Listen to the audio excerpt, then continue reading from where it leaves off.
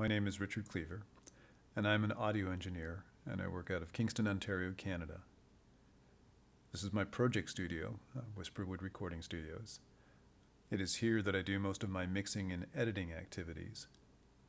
I've been working on a project called the World Music Project. It's a collaboration with musicians from across the world.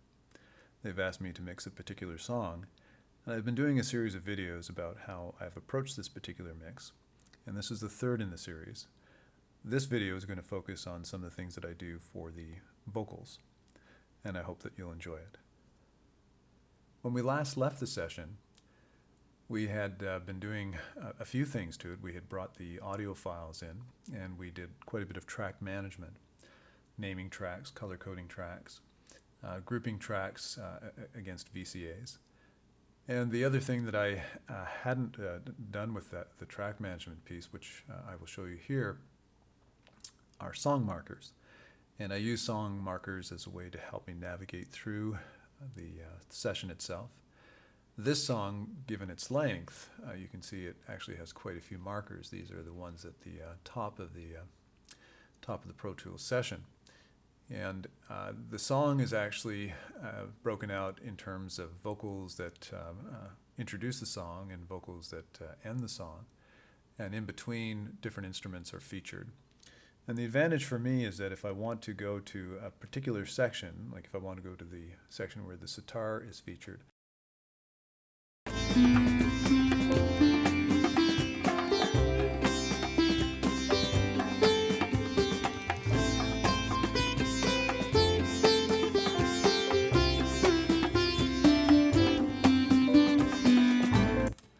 so that makes it very convenient for me to find a place that I need to get to in the session. There's a didgeridoo in this session as well, and if I press that marker,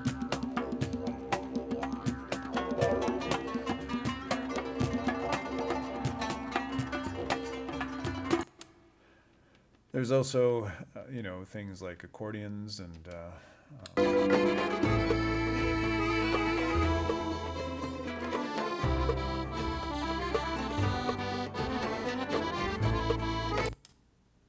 you get the idea. So it does make it very easy to move around a session. So when I actually start getting into the mixing activities, it's good to have that.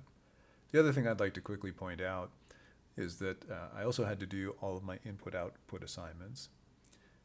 My approach to mixing, I prefer to mix outside the box. That's a term that we use to talk about whether the mix occurs within the Pro Tools session or outside of it. And so what I do is I assign tracks to an analog summing mixer. I have a Neve 8816 summing mixer, which is a 16-channel summing mixer, or 8 stereo pairs. And I route my Pro Tools signals out to the summing mixer, and I let the summing mixer bring those signals together. To my ear, the soundstage is terrific when it goes through the analog summing mixer. That's nice and wide, and the mix just seems to be, seems to glue together better.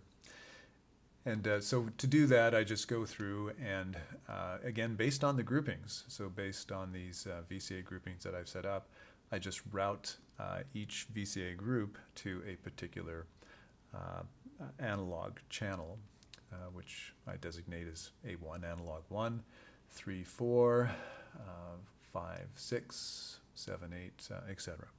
So let's take a quick look at the vocal work that's been done here. I'm going to play you the same vocal phrase, and I want to play a before treatment and an after treatment, just so that you have a sense as to what a difference you can make to a mix with the vocal tracks. Let's give a listen. I give my all with no result, but I'm gonna make it, yes I know, 'cause I'm searching for my goal.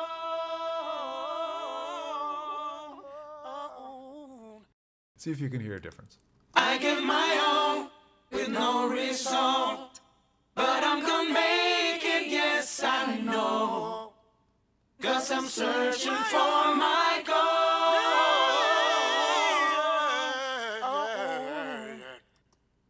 Okay, so hopefully you've heard a bit of a difference between the two.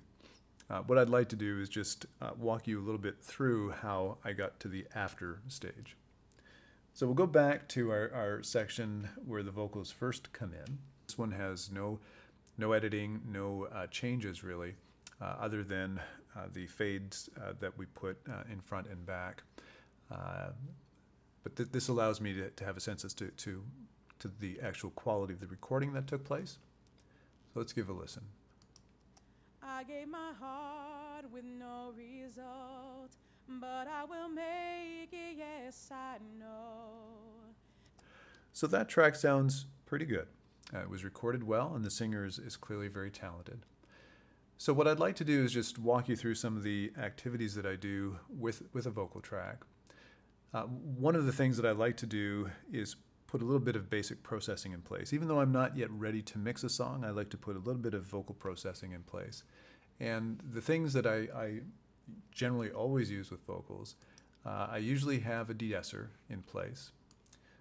And the de-esser is there to attenuate some of the S sounds that occur. So for example, in this part of the vocal, but I will make it, yes, I know.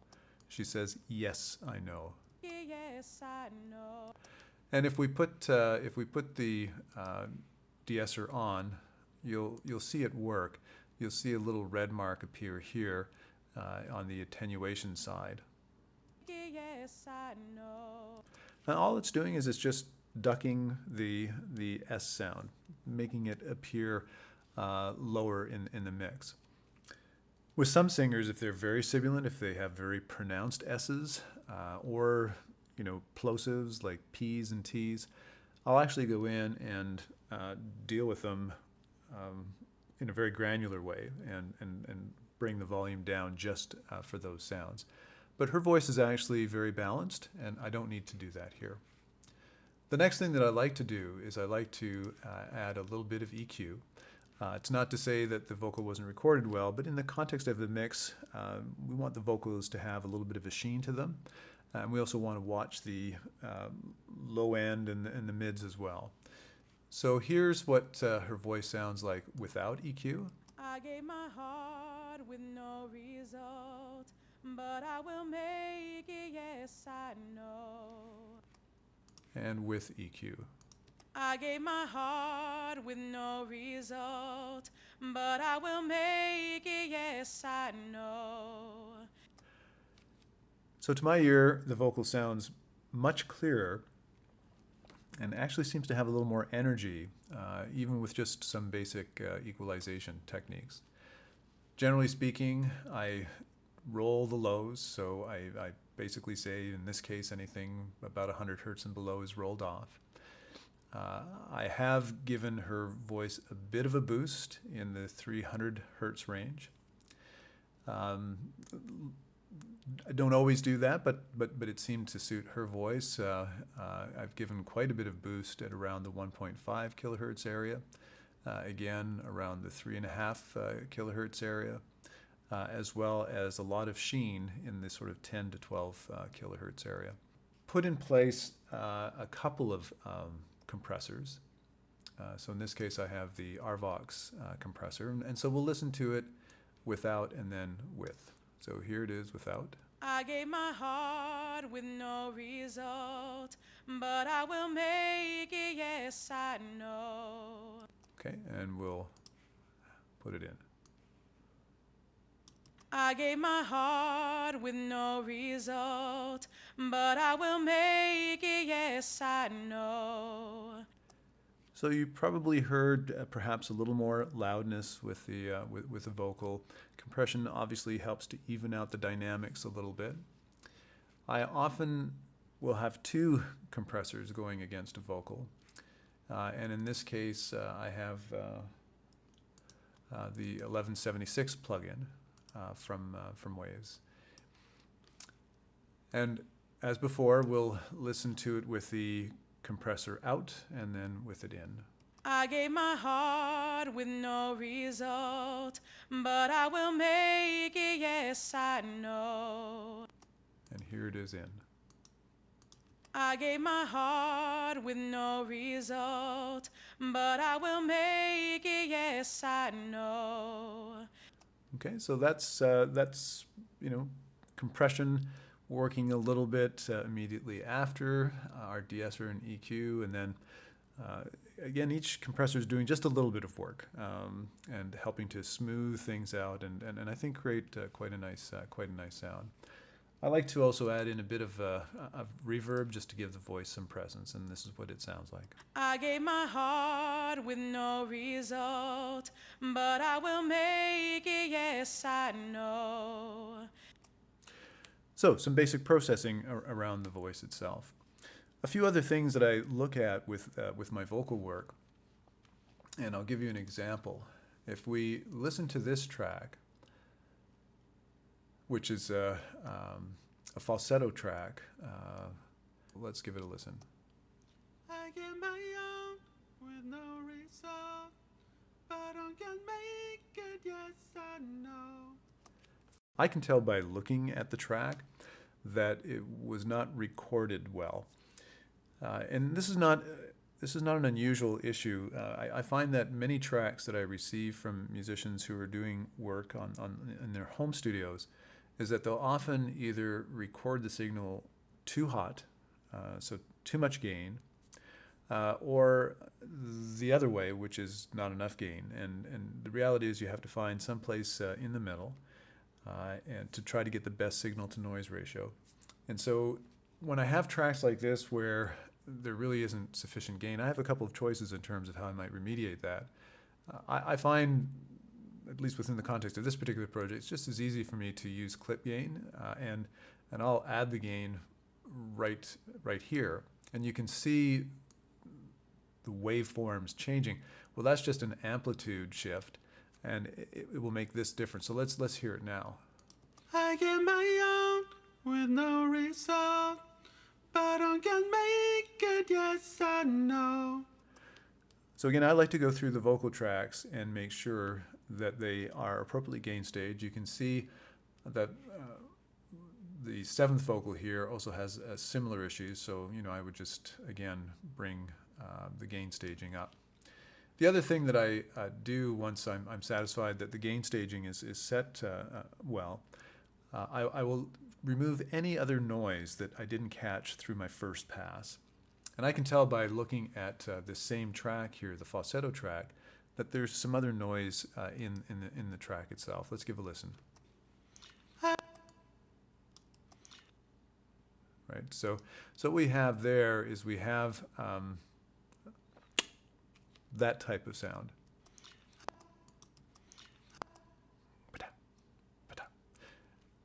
So that one's an easy one to deal with. We just take it out, fade, I get my own. and it's clean. And so what I do is I go through all of the vocal tracks and I do the same thing. If there's pitch correction that needs to be done, and there wasn't much pitch correction needing to be done with these tracks, but if I do have a sense that some pitch correction needs to be done, I'm always very, very gentle with it and very conservative.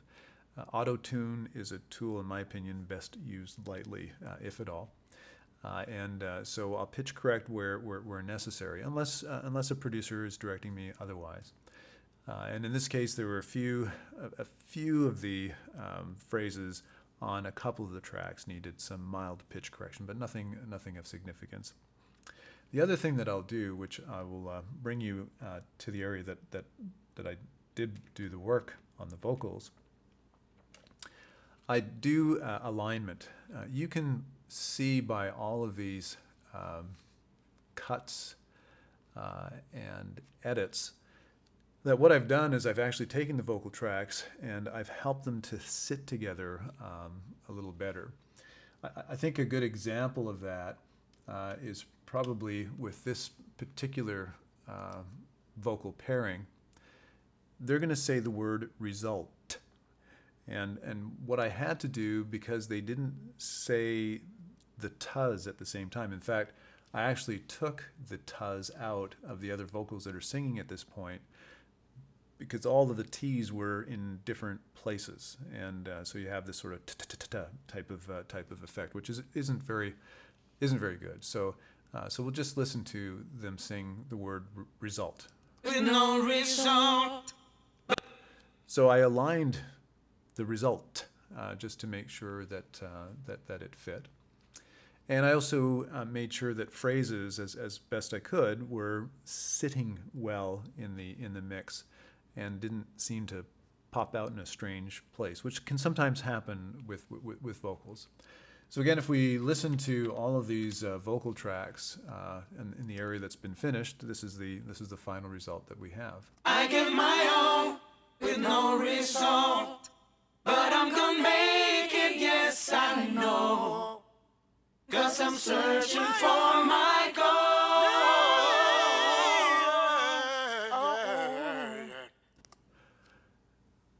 So that's the difference between, the before and the after, and putting about 6 to 8 hours or so of editing and listening and processing.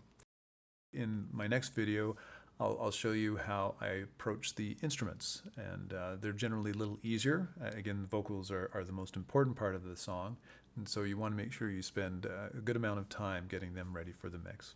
So I hope you found this particular video of interest, and I thank you for spending time with me today. Bye for now.